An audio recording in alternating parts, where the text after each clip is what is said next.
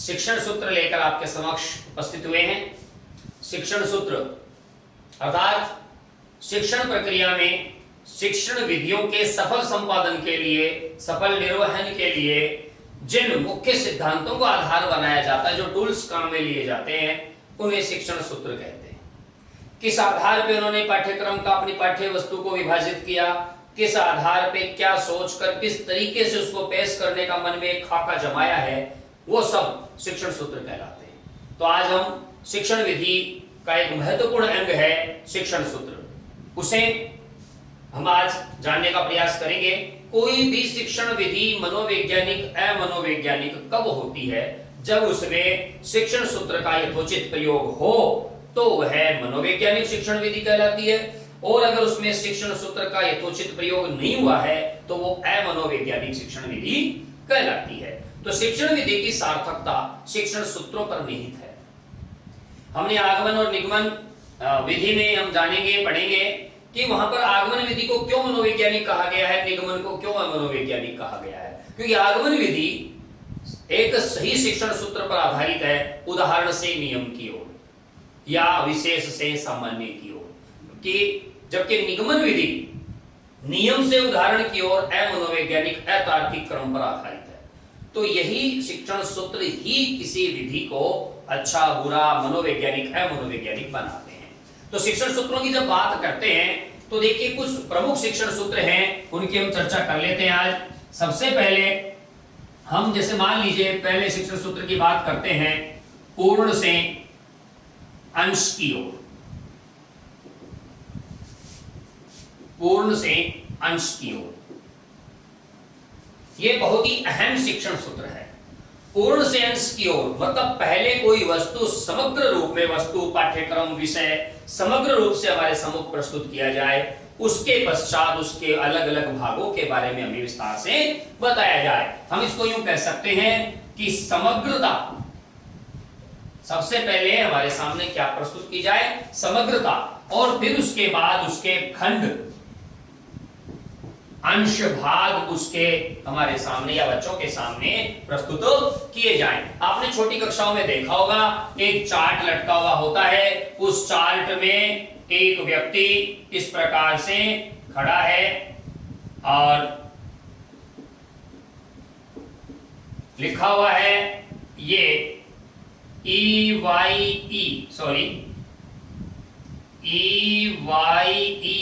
यानी आंख, part of body अर्थात शरीर के अंग, ये हाथ, ये पैर, ये गला, गर्दन, ये होठ, ये कान, ये बाल, ये नाक, ये अंगुलियां। तो ऐसे आपने पोस्टर देखे होंगे।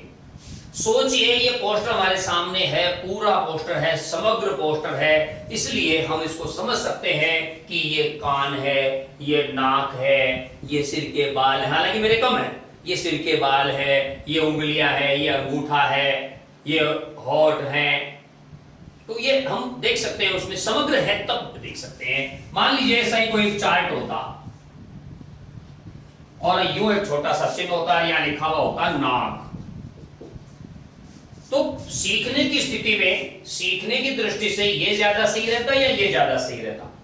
ये ज्यादा सही रहता, क्योंकि पूरा शरीर उसका देखा हुआ है, केवल उसको भागों को चिन्हित करना बताना, यहां केवल भाग है, शरीर है नहीं।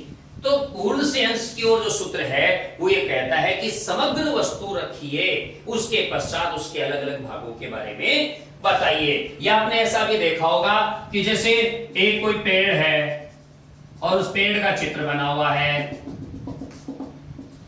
और ये यहां पे लिखा हुआ है तना, यहां लिखा हुआ है जड़, ये है डाली या शाखा, यहां पे लिखा हुआ है पत्तियां, यहां पे हो सकता है कोई फल भी लटक रहे हो, ये हो गया फल, ये। तो इस प्रकार से ये सारी चीजें हम तब समझ पाए जब हमारे सामने एक पेड़ समग्र रूप में उपस्थित था।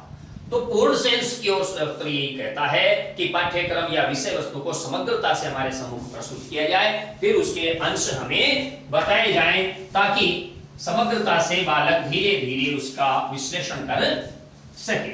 तो ये था पूर्ण से अंश की ओर। दूसरा है विश्लेषण से संश्लेषण की ओर।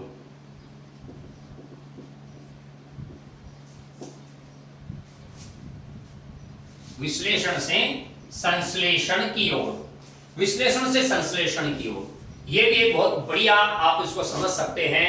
विश्लेषण से संश्लेषण की ओर का मतलब होता है, विश्लेषण का मतलब होता है उसकी विस्तार, उसका विस्तार, और संश्लेषण का मतलब होता है उसका सार,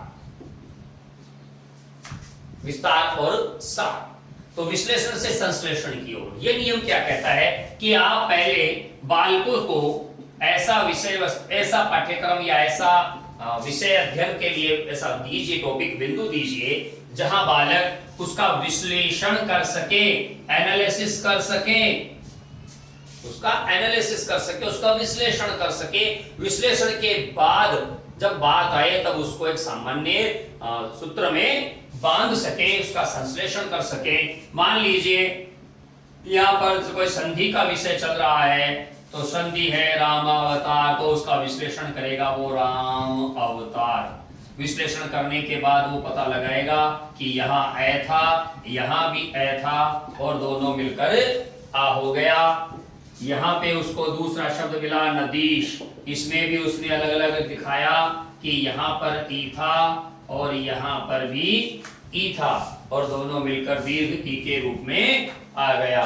तो उसने उसका विश्लेषण करते हुए यह पता लगाया कि समान स्वर मिलकर दीर्घ हो जाते हैं, और उसने एक विशिष्ट नियम की स्थापना कर ली, एक विशिष्ट नियम की स्थापना कर ली। इसी प्रकार हम वाक्य रचना भी उसको आराम से विश्लेषण से आराम से सिखा सकते हैं। अलग अलग भाग है कि ये कर्ता है, ये कर्म है, ये क्रिया है, फिर उसको वो समग्र रूप से जोड़कर एक क्या बना लेगा, वाक्य बना लेगा। तो विश्लेषण से संश्लेषण की ओर अच्छा और मनोवैज्ञानिक क्रम है, जो हमें कुछ नया जानने की, नया सीखने की ओर प्रेरित करता है। इसके बाद हम लेते हैं स्थूल से सूक्ष्म की ओर।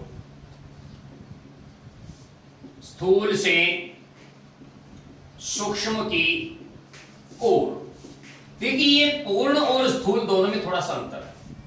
पूर्ण का मतलब समग्रता से, स्थूल का मतलब बड़े से। मान लीजिए आपको रचना कार्य सिखाना है, स्थूल का मतलब होता है बड़ा, सूक्ष्म का मतलब होता है छोटा, या स्थूल का मतलब आप यूं भी कह सकते हैं कि ये वर्णनात्मक है, और सूक्ष्म का आप मतलब ये भी समझ सकते हैं कि ये भावात्मक है।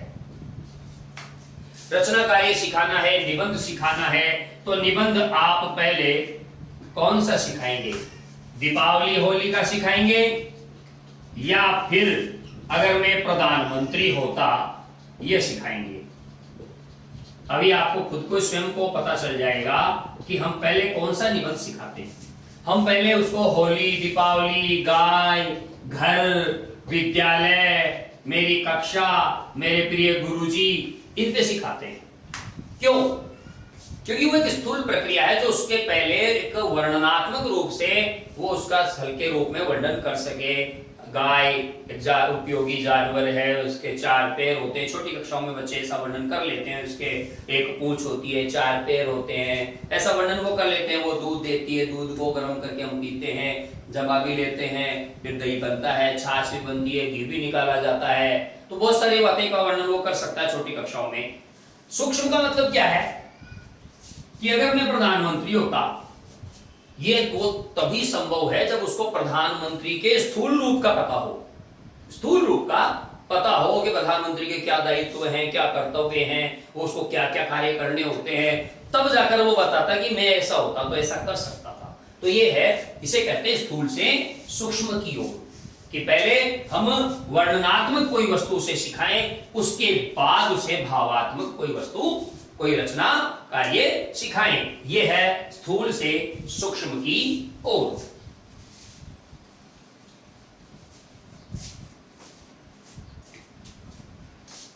सरल से कठिन की ओर,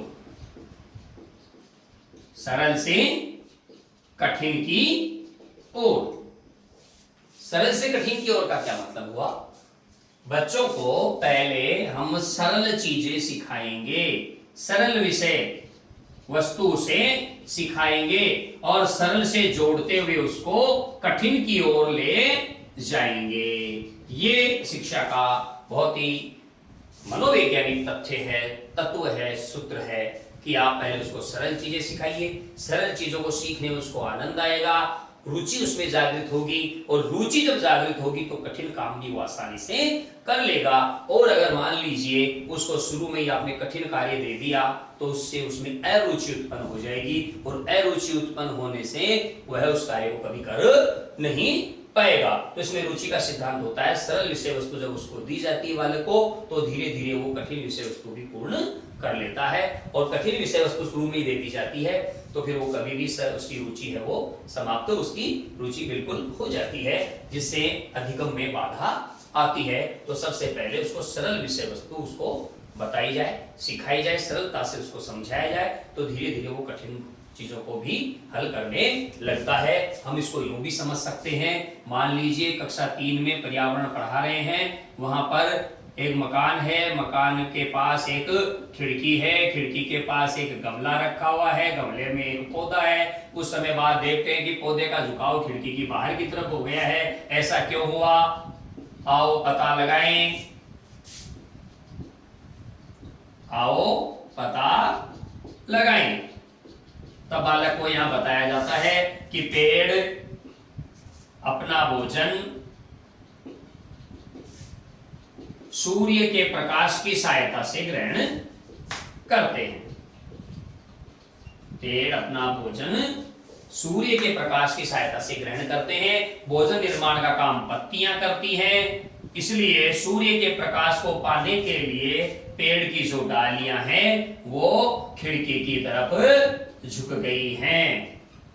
तो यहाँ कक्षा 3 या 4 का जो विषय था अत्यंत सरल था। उन्हें सिर्फ इतना ही समझाना है कि पेड़ अपना भोजन पत्तियों के माध्यम से बनाते हैं, यानी पत्तियां भोजन बनाती हैं, और पत्तियों को भोजन के लिए सूर्य के प्रकाश की आवश्यकता होती है, इसलिए वो डाली खिड़की की तरफ आकर्षित हो गई। अगर यहीं पर उनको बता दिया जाए कि भैया ये प्रकाश संश्लेषण की अभिक्रिया है, इसमें ये सूत्र कार्य करते हैं, ये जाइलम होता है, ये फ्लोएम होता है, ये खनिज लवण ले जाता है, ये लाता है, तो वो बच्चा तीसरी क्लास में इन सब चीजों को स्वीकार नहीं कर पाएगा, उस विषय में उसकी रुचि खत्म हो जाएगी। रुचि खत्म हो जाएगी तो फिर वो विषय के रूप में या एक अधिगम के रूप में उसके बस का विषय नहीं रहेगा। इसलिए सरल से कठिन की ओर जब जाते हैं तो बालकों में रुचि का भाव उत्पन्न होता है और वो धीरे धीरे आगे बढ़ता है। बहुत ही सुंदर ये सूत्र है, इसका हमें पालन करना चाहिए।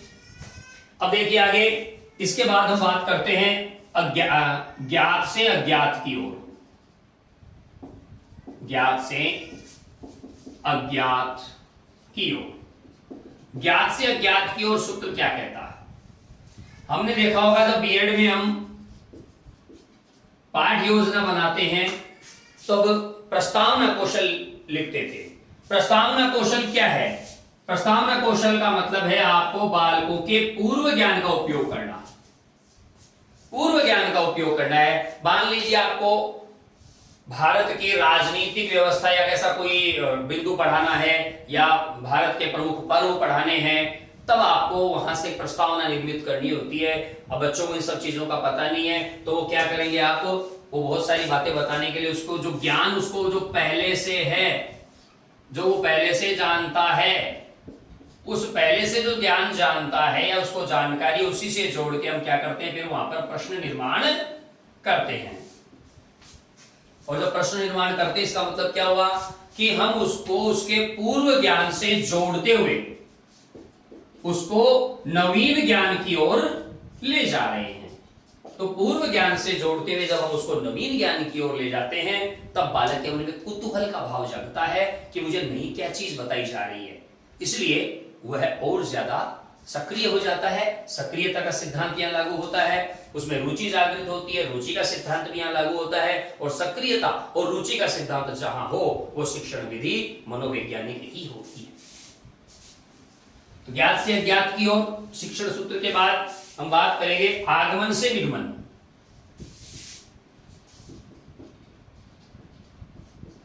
आगमन से निगमन की ओर हम इसको यूं समझ सकते हैं कि पहले हमें उदाहरण देने हैं, उदाहरण से हमें नियम निकलवाने हैं, फिर नियमों को उदाहरणों से सिद्ध करना है। यह है आगमन से निगमन की ओर। जब हम उदाहरण देकर नियम निकलवाएंगे तो बालक सक्रिय हो जाएगा, बालक में सक्रियता आएगी, वो स्वयं करेगा। तो यहां पर सक्रियता का सिद्धांत या स्वयं करके सीखने का सिद्धांत लागू हो जाएगा, और यह किसी भी विधि, किसी भी शिक्षण विधि को मनोवैज्ञानिक बना देता है। तो सक्रियता उसमें आ जाएगी और एक सही तरीके से वो सीखेगा। उदाहरण जो दिया गया है वो ज्ञात भी है और सरल भी है, तो इसका भी पालन हो जाएगा और इसका भी पालन हो जाएगा।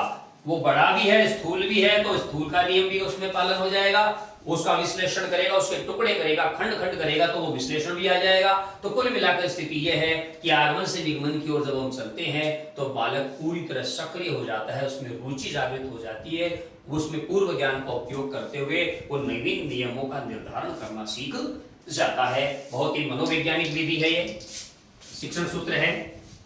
ऐसे शिक्षण सूत्रों से कोई विधि मनोवैज्ञानिक होती है। जब आगे की हम बात करते हैं तो फिर है मनोविज्ञान से तर्क की ओर। मनोविज्ञान से तर्क की ओर,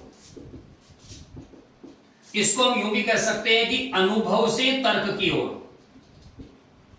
मनोविज्ञान का मतलब होता है अनुभव, और इसका मतलब यह है कि हम बच्चों को उनके अनुभवों से जुड़ी घटनाओं का सहारा लेते हुए उनमें एक तार्किक संबंध स्थापित करने का प्रयास करेंगे, तो बच्चा पाठ्य वस्तु में, पाठ्यचर्या में और कक्षागत गतिविधियों में रुचि लेगा, सक्रिय भूमिका निभाएगा और अपने अनुभवों को वो एक तर्क के सिद्धांत पर, कसौटी पर कसना शुरू करेगा। इसलिए यह भी वैज्ञानिक शिक्षण विधि है, मनोवैज्ञानिक शिक्षण विधि है।